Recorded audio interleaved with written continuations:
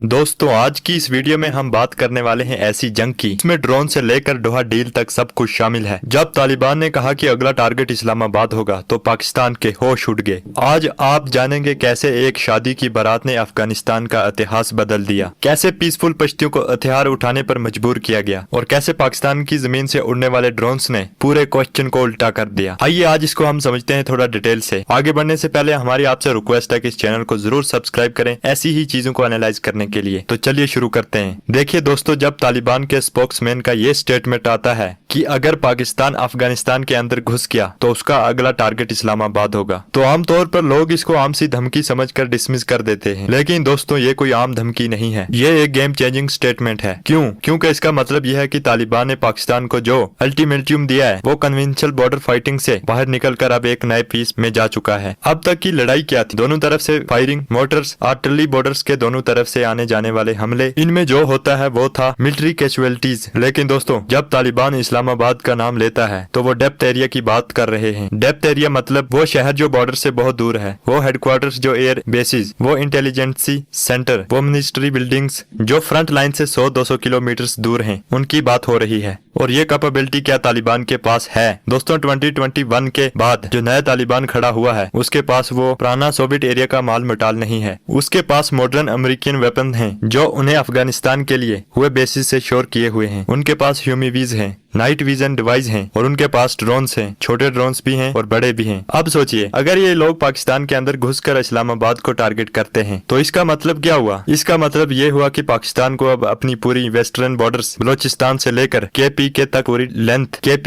पूरी लेंथ पर डिफेंड करना होगा, सिर्फ बॉर्डर्स पर नहीं अपने अंदर भी। और दोस्तों पाकिस्तान की इकोनॉमिक इस वक्त इतनी खराब है कि वो अपने लंबे वार फुटिंग पर सर्विस नहीं कर सकता। फ्यूल खरीदने के लिए पैसे नहीं है, राशन खरीदने के लिए पैसे नहीं है, तो इतने बड़े साइकिल पर एक नया सिक्योरिटी डेवलपमेंट का खर्चा कैसे उठाएंगे? इसलिए ये धमकी इतनी खतरनाक है क्योंकि ये पाकिस्तान की इकोनॉमिक की वीकनेस को टारगेट कर रही है। तालिबान जानता है कि पाकिस्तान लंबी लड़ाई नहीं लड़ सकता। वो पाकिस्तान को एक ऐसी वॉर में घसीटना चाहता है जहां पाकिस्तान के पास ना तो पैसा है, ना ही रिसोर्स है और ना ही इंटरनेशनल सपोर्ट। और दोस्तों यही असली डेंजर है। दोस्तों अब आते हैं हम दूसरे मुद्दे पर, पाकिस्तान का अफगानिस्तान में अमेरिका के साथ मिलकर वेडिंग पार्टी जिसमें इनोकेंट लोगों को ड्रोन से उड़ा देना। चलिए इसको डिटेल में समझते हैं, हमारे साथ रहिए। देखिए दोस्तों ये जो ड्रोन वाला हमला है ना, ये अफगानिस्तान के हर आम आदमी के दिल में जो पाकिस्तान के खिलाफ गुस्सा बढ़ा हुआ है ना, उसका सबसे बड़ा कारण है। आप सोचिएगा एक शादी की बारात गाड़ियों में सज धज कर लोग जा रहे थे, खुशी मना रहे थे, बच्चे और औरतें बूढ़े भी थे। किसी को क्या पता था कि इनकी जिंदगी एक आखिरी लम्हा है। अब आइए इस पिक्चर में पाकिस्तान और अमेरिका को ऐड करते हैं। क्या होता था? ISI वाले CIA एक कोऑर्डिनेट भेजते हैं। ये कहते थे ये देखो इनमें 4 गाड़ियों में अलकायदा के टॉप लोग बैठे हैं, जबकि वो कोई अलकायदा के लोग नहीं थे,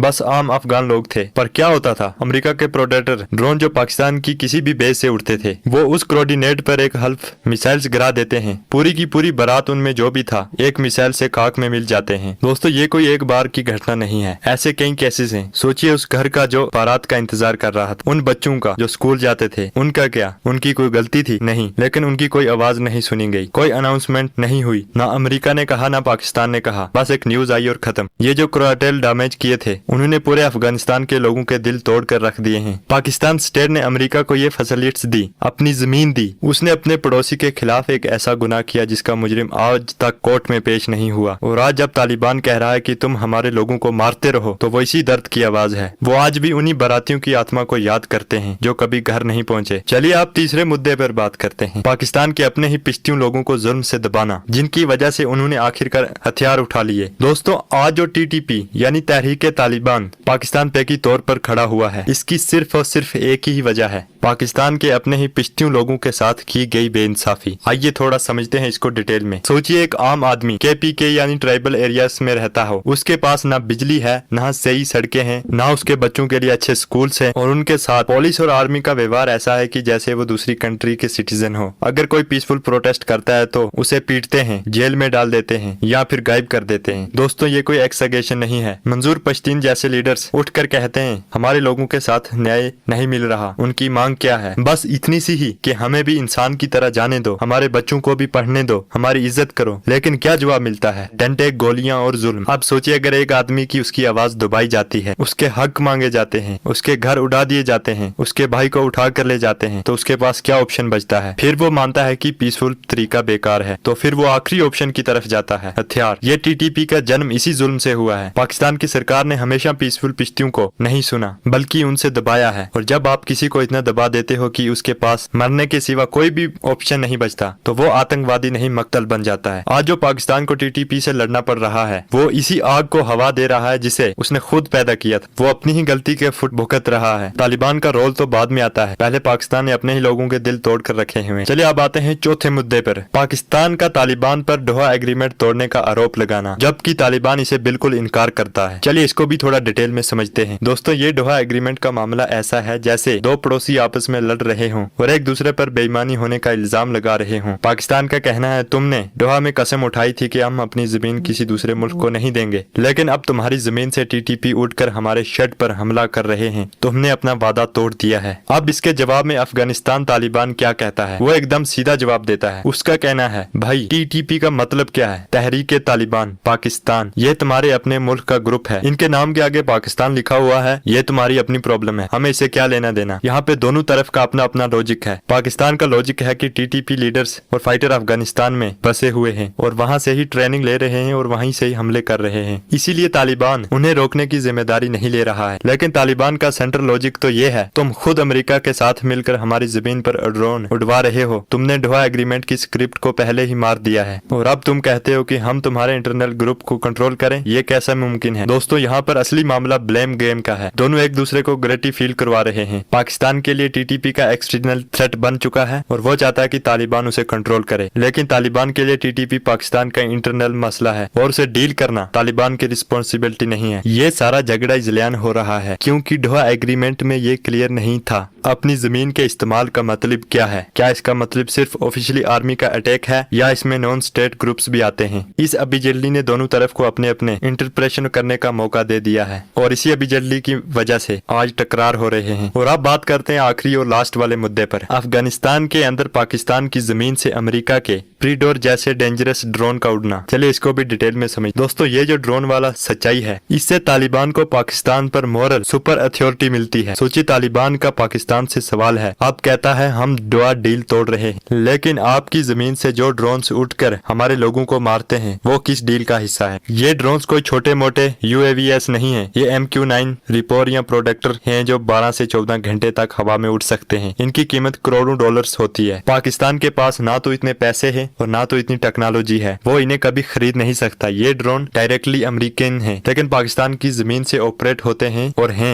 जब तालिबान कह रहा है कि आपकी जमीन इस्तेमाल हो रही है, तो वो इसी चीज की तरफ इशारा कर रहा है। तालिबान का कहना साफ है, हम डोहा डील तोड़ नहीं रहे, बल्कि आप पहले ही से तोड़ चुके हैं। जब आपने अपनी जमीन अमेरिका को दे दी ड्रोन उड़ने के लिए, तभी ये डील खत्म हो गई। यहाँ पे एक ऐसा पॉइंट है जहाँ पे पाकिस्तान बिल्कुल डिफेंसिव नजर आता है, क्योंकि ना तो वो इन ड्रोन्स को रोक सकता है, ना ही ओपनली इन्हें अपसेक्ट कर सकता है, इसलिए वो चुप रहना पसंद करता है। दोस्तों, मेरे हिसाब से इस पूरी लड़ाई का सिर्फ एक ही सोल्यूशन है, पाकिस्तान को अपनी इंटरनल प्रॉब्लम्स को इंटरनली सॉल्व करना होगा। टीटीपी को खत्म करने के लिए तालिबान पर डिपेंड करना बेवकूफी है। अपने पिछली लोगों के साथ इंसाफ करो, उन्हें इज्जत दो, ड्रोन्स जैसे डेंजरस गेम खेलना बंद करो, अपनी इकोनॉमिक को स्टेबलाइज करो ताकि आप स्ट्रॉन्ग फॉरेन पॉलिसी बन सको। जब तक पाकिस्तान अपनी गलतियां नहीं मनाएगा, तब तक ये प्रॉब्लम्स ऐसे ही चलती रहेगी। तालिबान से लड़ने से ज्यादा जरूरी है अपने घर का सिस्टम ठीक करना। तो अगर आपको मेरी एनालाइज पसंद आई हो तो आप हमारे चैनल को जरूर सब्सक्राइब कर दें ऐसी ही डिटेल्ड बातों से जुड़ने के लिए। और हाँ, कमेंट सेक्शन में जरूर बताएं आपके ख्याल से। और हाँ, कमेंट सेक्शन में जरूर बताएं अपने ख्याल से पाकिस्तान को किस चीज पर पहले फोकस करना चाहिए, अपने इंटरनल प्रॉब्लम्स या तालिबान से लड़ने के लिए। आपका कमेंट हमारी अगली वीडियो की डायरेक्शन तय कर सकता है।